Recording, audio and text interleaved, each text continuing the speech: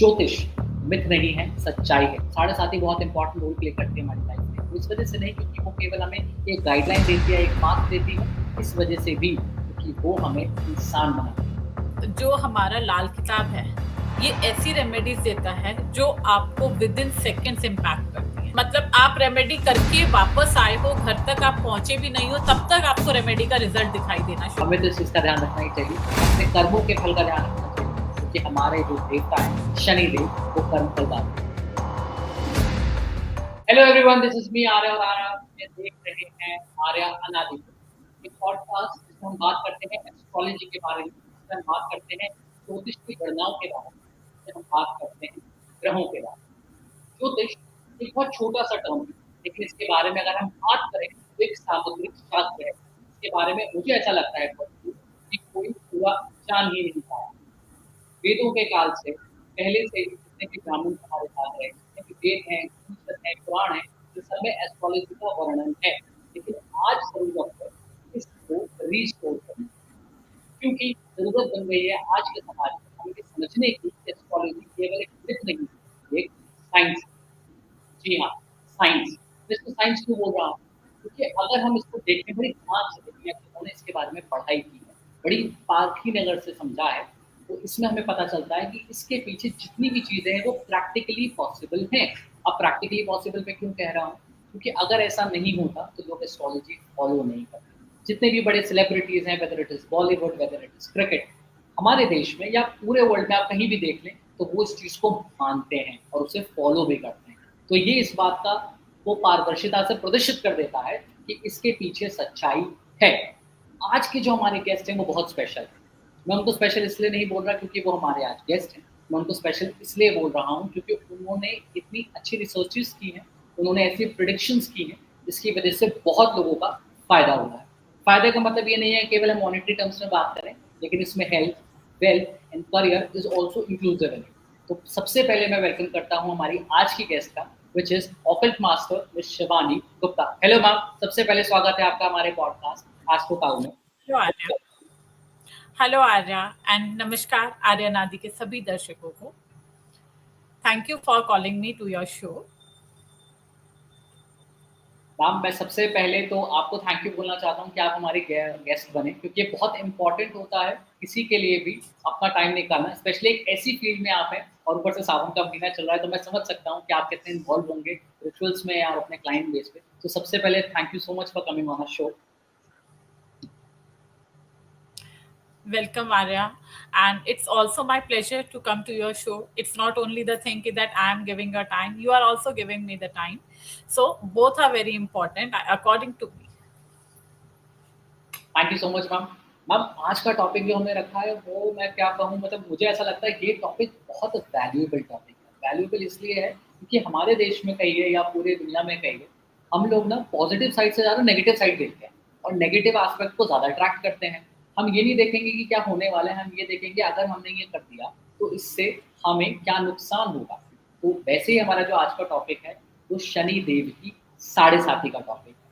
ये जो वर्ड है साढ़े साथी, ये सुन के हमें डर लगने लगता है। इनफैक्ट कोई नॉर्मल इंसान होगा या कोई एजुकेटेड भी होगा तो उसके दिमाग में क्वेश्चन ज़रूर आता है, यार ये क्या बात कर दी तुमने, ये साढ़े साथी का क्या मतलब है, या फिर साढ़े साथी में हमें प्रॉब्लम्स होनी ही होनी है। सबसे पहला क्वेश्चन मैम, क्योंकि ज़ाहिर सी बात है आप हमारे गेस्ट हैं और आपने डेफिनेटली इस नॉलेज को सीखा है, पढ़ा है, तो आप हमें बेहतर एक्सप्लेन कर सकते हैं।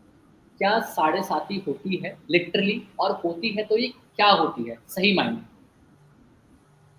यस आर्या, साढ़े साथी बिल्कुल होती है और ये शनि के गोचर पर डिपेंड करती है। देखिए एस्ट्रोलॉजी में क्या होता है, सारे planets time to time move करते रहते हैं। जो हमारा सोलर सिस्टम है, इसमें आपने देखा कि सारे प्लैनेट्स अपने ऑर्बिट पर रिवॉल्व करते हैं। तो जब ये रिवॉल्व करते हैं तो ये अलग अलग राशियों में एंटर करते हैं। साढ़े साथी कब होती है? साढ़े साथी तब मानी जाती है जब किसी पर्सन की राशि, जो कि चंद्र राशि होती है, चंद्र राशि से यदि शनि 12वें, पहले या दूसरे भाव में हो, उस समय पर्सन की साढ़े साथी चल रही होती है। बिकॉज क्या है, शनि का जो समय होता है वो 2.5 साल का होता है। हर राशि में शनि 2.5 साल के लिए रहते हैं और उसके बाद वो गोचर करके नेक्स्ट राशि में प्रवेश कर जाते हैं। तो ऐसे में पर्सन की साढ़े साथी जनरली 7.5 साल की होती है। जिसमें पर्सन को अपने कर्मों के हिसाब से चुनौतियां मिलती हैं, जिम्मेदारियां मिलती हैं, जीवन में बदलाव आते हैं। इस समय बहुत सारे चेंजेस पर्सन को देखने के लिए मिलते हैं, लेकिन हम अपनी कुंडली के अकॉर्डिंग जान सकते हैं कि क्या हमारी साढ़े साथी चल रही है या नहीं चल रही। हम इसमें स्पेसिफिकली जो क्वेश्चन आता है वो ये आता है कि अगर हम एक नॉर्मल लेमन लैंग्वेज में समझें कि साढ़े साथी कैसे जज करें, तो क्या हम इसको समझ सकते हैं किसकी चल रही है और किसकी नहीं चल रही है? How will calculate it? या बिल्कुल, इसके लिए ना आपको अपनी जन्म कुंडली देखनी आनी चाहिए। जन्म कुंडली देखने का मतलब ये है कि आपको ऐसा नहीं है कि प्लैनेट्स की बहुत ज्यादा नॉलेज करने की जरूरत है। जस्ट द थिंग कि आज के टाइम पे बहुत सारे प्लेटफॉर्म्स अवेलेबल हैं जहां पर हम अपनी डेट ऑफ बर्थ और टाइम डाल करके अपनी कुंडली निकाल सकते हैं। आपको सिंपली चेक करना है कि चंद्रमा कौन सी राशि में बैठा है। जिस राशि में चंद्रमा बैठा है वही आपकी राशि कहलाती है। दूसरी तरफ आपको गूगल पे जाकर के चेक करना है कि एट प्रेजेंट शनि कौन सी राशि में गोचर कर रहे हैं। तो यदि शनि आपकी राशि में गोचर कर रहे हैं, या आपसे नेक्स्ट राशि में, या आपसे पहले वाली राशि में, इन तीनों केसेस में आपकी साढ़े साती चल रही होती है। सो बेसिकली मैम हमने अभी तक ये समझ लिया कि साढ़े साथी क्या होती है, साढ़े साथी कैसे चेक की जा सकती है, क्योंकि आजकल एआई का ज़माना है, टेक्नोलॉजी का ज़माना है, तो इसलिए हमारे लिए बहुत फीजिबल है कि हमें पूरा चार्ट नहीं बनाना। हमारे पास चार्ट ऑटोमेटिकली वाया सॉफ्टवेयर आ जाता है और उसके अकॉर्डिंग हमें केवल ये समझना है कि शनि कौन सी राशि में गोचर कर रहा है। अगर वो राइट। आपसे आपकी राशि से पहली वाली राशि में है या फिर आपकी राशि से बाद वाली राशि में भी है और आपकी राशि में भी है, दैट मीन्स कि वो साढ़े साथ ही चल रही है। साढ़े मैम साती। जितना मुझे पता है कि अगर आपसे पहले वाली राशि, सपोज अगर मेरी राशि मान लेते हैं फॉर एग्जाम्पल मेष है, और अगर उससे पहली वाली राशि मीन आती है और अगर शनिदेव मीन राशि में बैठे हुए हैं, दैट मीन्स मेरी साढ़े साथी अभी स्टार्ट हुई है, क्योंकि शायद मैंने सुना है 2.5 साल का फेजेस होते हैं इसमें। बिल्कुल, बिल्कुल, बिल्कुल। ऐसा होता है आर्या, साढ़े साती का मतलब होता है कि शनि के 7.5 साल, क्योंकि शनि जो है वो एक राशि में 2.5 साल के लिए रहते हैं। तो जब वो किसी राशि में प्रवेश करते हैं, मान लीजिए जैसे आपने एग्जाम्पल लिया मेष और मीन राशि का, राइट। तो जब शनि ने मेष राशि में प्रवेश किया, तब मेष राशि वालों के लिए तो है ही साढ़े साती, लेकिन उससे पहली जो राशि है यानी कि मीन राशि वालों के लिए भी साढ़े साती चल रही है। लेकिन मीन राशि वालों का जो चरण है वो चेंज हो जाता है, बिकॉज साढ़े साती जो होती है वो 3 चरणों में होती है। प्रथम चरण, द्वितीय चरण और तृतीय चरण। तो प्रथम चरण जो होता है वो कब होता है? प्रथम चरण में जो राशि है, जब सपोज आपकी मेष राशि है, ठीक है, और मीन राशि में शनि है, तब आपका ये प्रथम चरण माना जाएगा।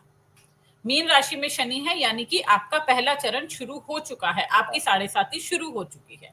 जब शनि आपकी राशि में आ जाते हैं, तब यह दूसरा चरण माना जाता है, जो कि सबसे कठिन समय होता है जीवन में। इसमें सबसे अधिक बदलाव देखने के लिए मिलते हैं। लेकिन जब शनि आपसे अगली राशि में यानी कि मेष के बाद वृषभ, यानी अगर शनि वृषभ राशि में चले जाते हैं, उस समय आपकी साढ़े साती का तीसरा चरण शुरू हो जाता है, यानी कि आपकी चंद्र राशि से दूसरे भाव में शनि आ चुके हैं। ये जो समय होता है ये आपके धन की परीक्षा का समय होता है, आपके परिवार की परीक्षा का समय होता है। इस समय शनि आपकी परीक्षा लेने के साथ साथ आपको शनिदेव बहुत कुछ दे करके जाते हैं, क्योंकि शनिदेव जो है ना ये इससे लोग डरते हैं, लेकिन इनसे डरने की कोई बात नहीं होती। ये एक्चुअल में हमारे कर्मों के देवता हैं, हमारे कर्मों के अकॉर्डिंग हमें फल देते हैं। तो जब तीसरा चरण व्यक्ति का शुरू होता है, उस समय व्यक्ति को बहुत कुछ अच्छे बेनिफिट्स यहाँ पर जरूर मिलते हैं। ठीक है मैम, इसका मतलब इसके 3 फेजेस होते हैं। मैं ये बात बार-बार रिपीट इसलिए कर रहा हूँ क्योंकि मुझे ऐसा लगता है जो हमारी ऑडियंस है आज के लिए उनका पॉडकास्ट बहुत स्पेशल है, क्योंकि वो आज ईज़िली समझ पाएँगे कि साढ़े साथी क्या होती है। हम लोग गोचर के बारे में बात करते हैं, हम लोग ग्रहों के बारे में बात करते हैं, हम लोग दशाओं के बारे में बात करते हैं। लेकिन बहुत सपोज़ कोई आम आदमी है, तो उसको कैसे समझाएँगे? और आज के इस पॉडकास्ट के थ्रू हम आपकी वजह से हम लोग लोगों को ये बात पहुँचा पा रहे हैं कि ईज़िली साढ़े साथी को कैसे समझ सकते हैं। एक क्वेश्चन जो मेरे मन में बहुत मतलब कहते हैं ना ललायत हूँ मैं उस क्वेश्चन को पूछने के लिए, अगर हम प्योर हिंदी में बोलें। क्या साढ़े साथी सभी के लिए खराब होती है? क्योंकि ऐसा ज़रूरी तो नहीं कि शनि सबकी कुंडली में खराब हो, और जिनकी कुंडली में शनि अच्छे हैं, फॉर एन एग्ज़ाम्पल कुंभ के शनि हैं या उनकी जो राशि है, अगर वो अपनी राशि के उच्च स्थान पे बैठे हुए हैं या दशम स्थान पे बैठे हैं या सप्तम स्थान पे बैठे हैं। बाकी वैदिक एस्ट्रोलॉजी में क्या कहते हैं मुझे इतना आइडिया नहीं है। लेकिन अगर शनि अच्छे हैं, तो क्या उनके लिए भी साढ़े साथी खराब होगी? देखिए, कुंडली में शनि का अच्छा होना या कुंडली का खराब होना, ऐसे में शनि की साढ़े साथी पर आपका क्या असर पड़ेगा, इसका बहुत कम इफेक्ट पड़ता है, रादर ये इफेक्ट आपके कर्मों पर ज्यादा डिपेंड करता है। शनि देव जब आते हैं साढ़े साथी के दौरान, तब ये आपके कर्मों को पूरी तरीके से देखते हैं।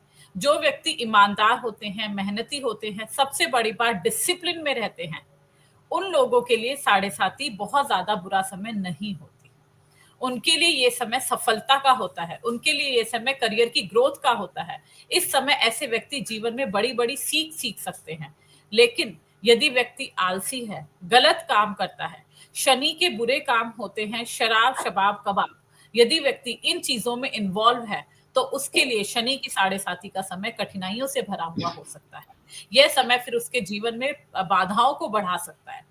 तो इसलिए अगर हम चाहते हैं कि साढ़े साथी में हमें किसी तरह के नेगेटिव इम्पैक्ट नहीं मिले, तो हमें सबसे पहले अपनी लाइफ में अनुशासन को अपनाना चाहिए। जीवन में अनुशासन सबसे बड़ी चीज है, जिससे कि आप अपने शनिदेव को प्रसन्न कर सकते हैं।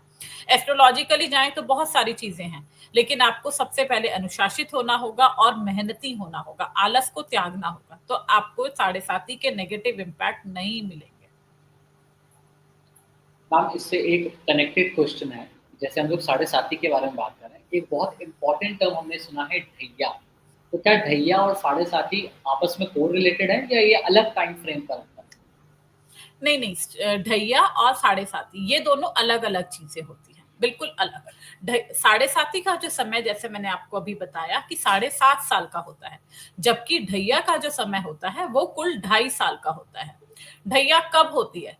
ढैया तब होती है जब शनि देव जो है वो हमारी चंद्र राशि से चौथे या 8वें भाव में हो, उस समय हमारी ढैया चल रही होती है। मान लीजिए आपकी चंद्र राशि मेष राशि है, तो मेष राशि से जब आप चौथी राशि गिनते हैं, यानी कि मेष, वृषभ, मिथुन और चौथी राशि आई कर्क, तो कर्क यदि राशि। शनि उस समय कर्क राशि में है, तो आपकी शनि की ढैया चल रही होगी। इसके अलावा 8वीं राशि, यानी कि सपोज अगर आपकी मेष राशि है और शनिदेव वृश्चिक राशि में है, तब भी आपकी शनि की ढैया चल रही होगी। तो साढ़े साथी का समय लंबा होता है, गहरा होता है और उसका असर भी लंबा होता है। लेकिन जो ढैया का समय है वो इतना ज्यादा पावरफुल नहीं होता। इस समय चुनौतियां देखो दोनों समय में झेलनी पड़ती हैं। ऐसा नहीं है कि चुनौतियां नहीं आएंगी, लाइफ में चैलेंजेस तो फेस करने ही पड़ेंगे, लाइफ का नाम ही चैलेंजेस है, लेकिन ये फिर भी कम इफेक्टिव होती है। मैम जैसे कि हम लोग साढ़े साथी के बारे में डिस्कस कर रहे हैं और हम बात कर रहे हैं कि साढ़े साथी में हम कैसे समझ सकते हैं कि हमें क्या करना है। अभी हम आपने बताया कि discipline is the major important thing, कि हमें डिसिप्लिन रहना होगा, तभी हम इसको इजीली टैकल कर पाएंगे। क्या और कोई रेमेडियल मेजर्स हैं जिसको हम देख कर या करके अपने आप को प्रोटेक्ट कर सकते हैं? क्योंकि मुझे ऐसा लगता है कि एक बहुत पॉपुलर सेइंग है कि यूं ही नहीं जाते लोग गंगा घाट पर नहाने, क्योंकि सबने अपने कर्मों को देखा होता है। तो आज के टाइम में ये कहना कि सबके कर्म अच्छे हैं, ये तो बिल्कुल गलत होगा। इसलिए अगर बाई चांस भूल चूक हो जाती है या कोई हमसे गलती हो गई है और हम उसका पश्चाताप करना चाहते हैं एंड साढ़े साथी का पीरियड आया है, तो क्या ऐसे चांसेस हैं कि कुछ रेमेडीज करके हम साढ़े साथी से बच सकें या उसको बैलेंस आउट कर सकें? बिल्कुल ऐसे मेजर्स हैं, ऐसी रेमेडीज हैं जो हम कर सकते हैं। बट फर्स्ट ऑफ ऑल वही है, पर्सन को मेहनती और ईमानदार तो बनना ही होगा। विद दैट आपके लिए रेमेडीज जो हैं, आप शनि के मंत्र के जाप कर सकते हैं, आप शनि के लिए दान और सेवाएं कर सकते हैं, पीपल की पूजा कर सकते हैं। ये कैसे कैसे होता है वो मैं आपको बताती हूँ। सबसे पहली चीज, आप शनि देव के मंत्र का जाप करें। मंत्र होता है ओम शम शनिश्चराय नमः। इस मंत्र का जो जाप है ये शाम के समय किया जाता है, अंधेरा होने के बाद, यानी कि सूर्यास्त के बाद। जैसा कि आप खुद भी जानते हैं कि सूर्यदेव और शनिदेव ये दोनों आपस में शत्रु ग्रह हैं, तो सूर्यदेव के समय में शनिदेव के मंत्र की चैंटिंग नहीं की जाती। जब सूर्यास्त होगा उसके बाद अंधेरे के समय में इस मंत्र का चैंट करना है। 108 बार डेली इस मंत्र को चैंट किया जाना चाहिए। दूसरी चीज आती है दान और सेवा की। आप शनिवार के दिन काले तिल का दान कर सकते हैं, सरसों के तेल का दान कर सकते हैं, काली उड़द का दान कर सकते हैं। लेकिन इसमें ध्यान रखें, काली उड़द साबुत लेनी है, टूटी हुई नहीं लेनी होती है। आप काले कंबल का दान कर सकते हैं, जूतों का दान गरीब लोगों में कर सकते हैं। लेकिन कोई भी ये सामान आप दान के लिए शनिवार के दिन बिल्कुल ना खरीदें, शुक्रवार को खरीदिए और शनिवार को दान कर दीजिए।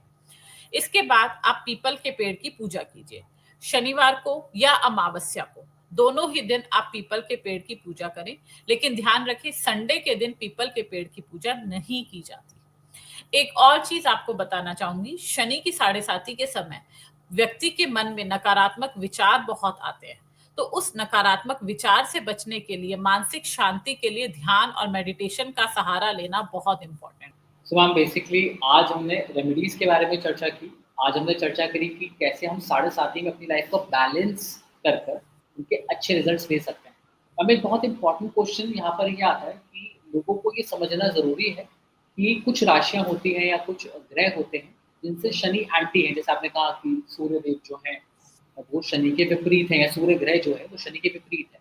तो क्या ऐसे कोई ग्रह भी होते हैं जिनमें कोई कंजंक्शन हो तो प्रॉब्लम ज़्यादा हो सकती है? फॉर एन एग्जाम्पल अगर सूर्य शनि साथ में बैठे हों तो प्रॉब्लम हो सकती है, या फिर किसी की दृष्टि पड़ रही हो, तो कोई ग्रह ऐसे होते हैं जो शनि देव के एंटी होते हैं काइंड ऑफ? बिल्कुल होते हैं। देखिए, सूर्यदेव और शनिदेव जब भी आपस में टकराते हैं तब लाइफ में स्ट्रगल जरूर बढ़ती है। पर्सन के फादर को प्रॉब्लम्स आती है, गवर्नमेंट रिलेटेड प्रॉब्लम्स उसको आने लगती है, उनके कामों में डिले होने लगते हैं। वही अगर मैं चंद्रमा की बात करूं तो चंद्रमा और शनिदेव जब ये आपस में आते हैं तो ये विष योग को क्रिएट करते हैं, जो कि बहुत ही खतरनाक होता है। ऐसे में पर्सन के मन में नेगेटिव विचार बहुत ज्यादा आने लगते हैं। पर्सन जो है, इवन आप कहें अगर सुसाइडल जो बहुत सारे केसेस हमें देखने के लिए मिलते हैं, वहां कहीं ना कहीं चंद्रमा और शनि की युति होती है, साथ में उन्हें मंगलदेव हिम्मत दे रहे होते हैं, तभी पर्सन इतना बड़ा कदम उठाने की हिम्मत कर पाता है, क्योंकि नेगेटिव विचार आए, साथ में उन्हें मंगल देवता की हिम्मत मिल गई। अगर हम उनकी मित्रता की बात करूं मैं, तो राहु देव और शनि देव ये दोनों आपस में मित्र हैं। शुक्र शनि देव के मित्र हैं, केतु जी शनि देव के मित्र हैं। ये तीनों ग्रह आपस में मित्र हैं।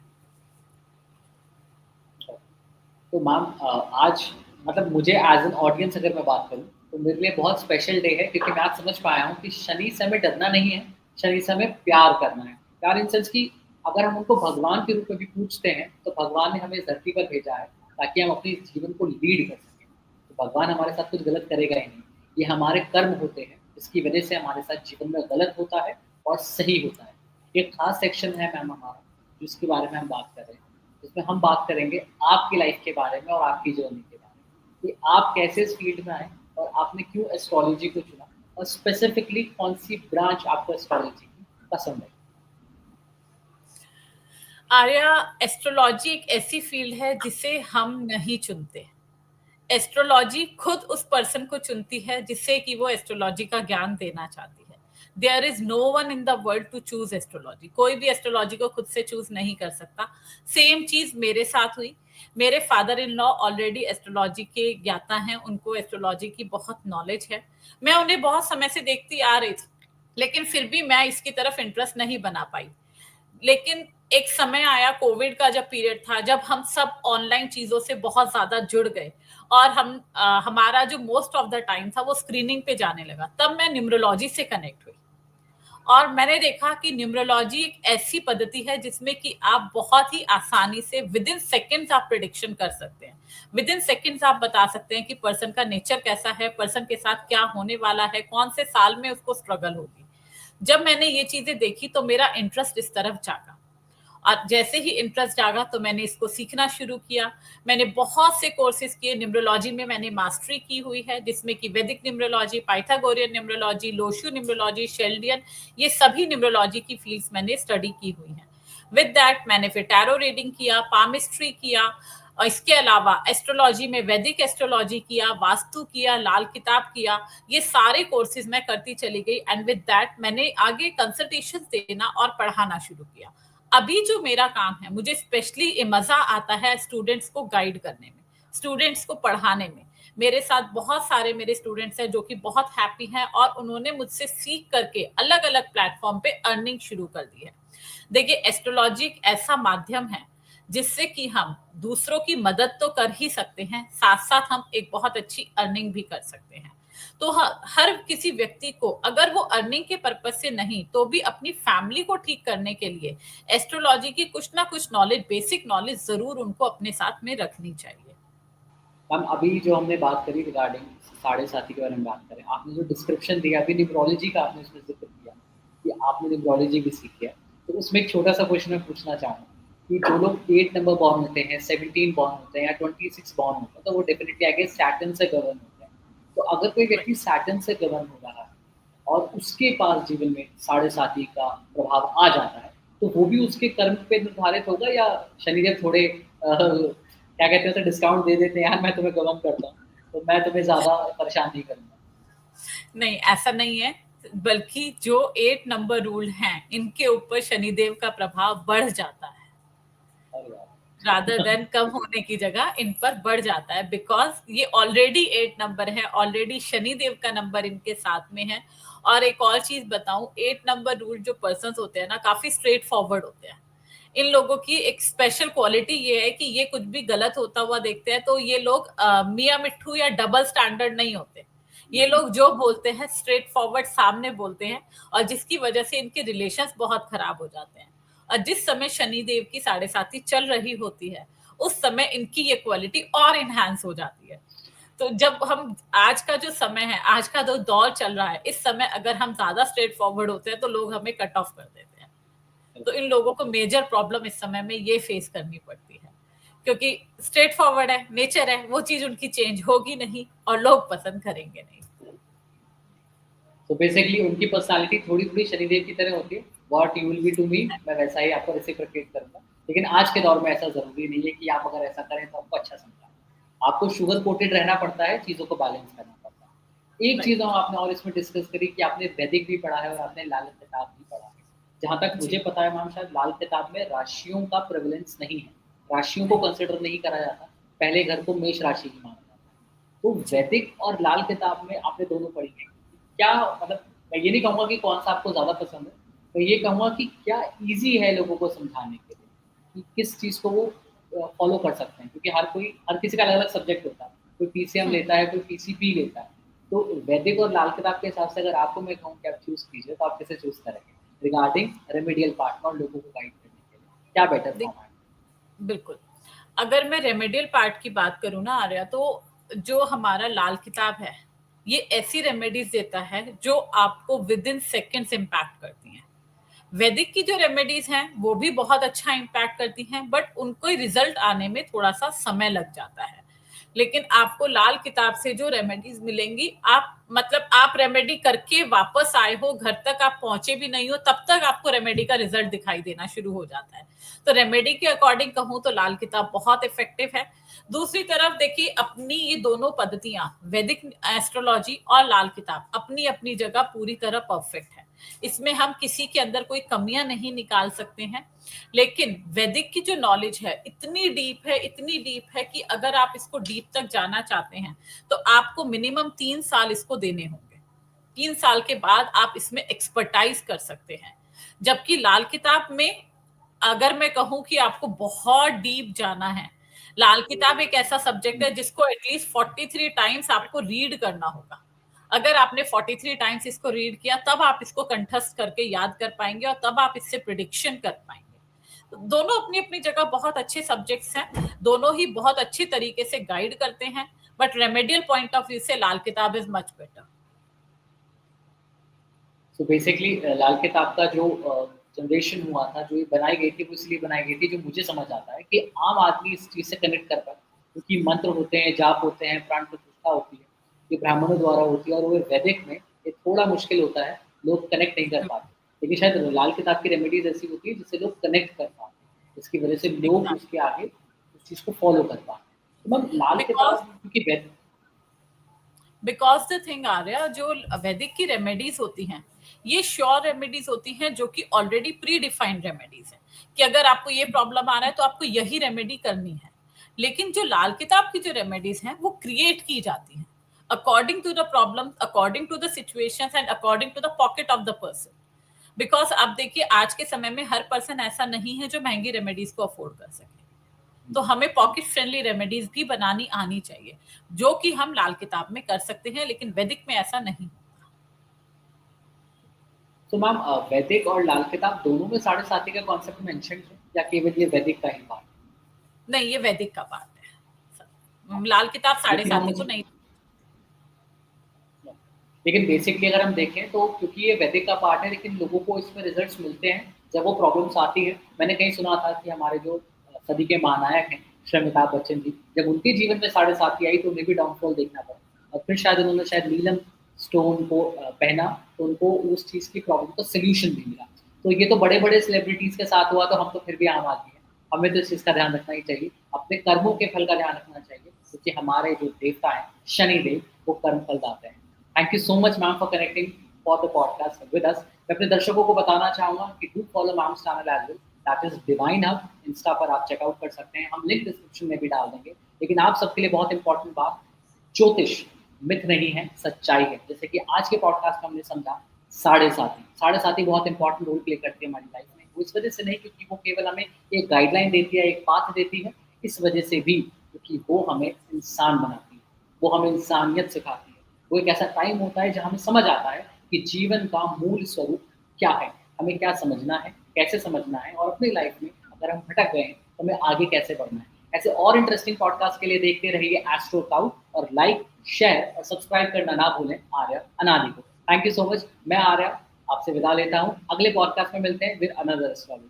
Thank you so much everyone. Thank you so much, thank you everyone.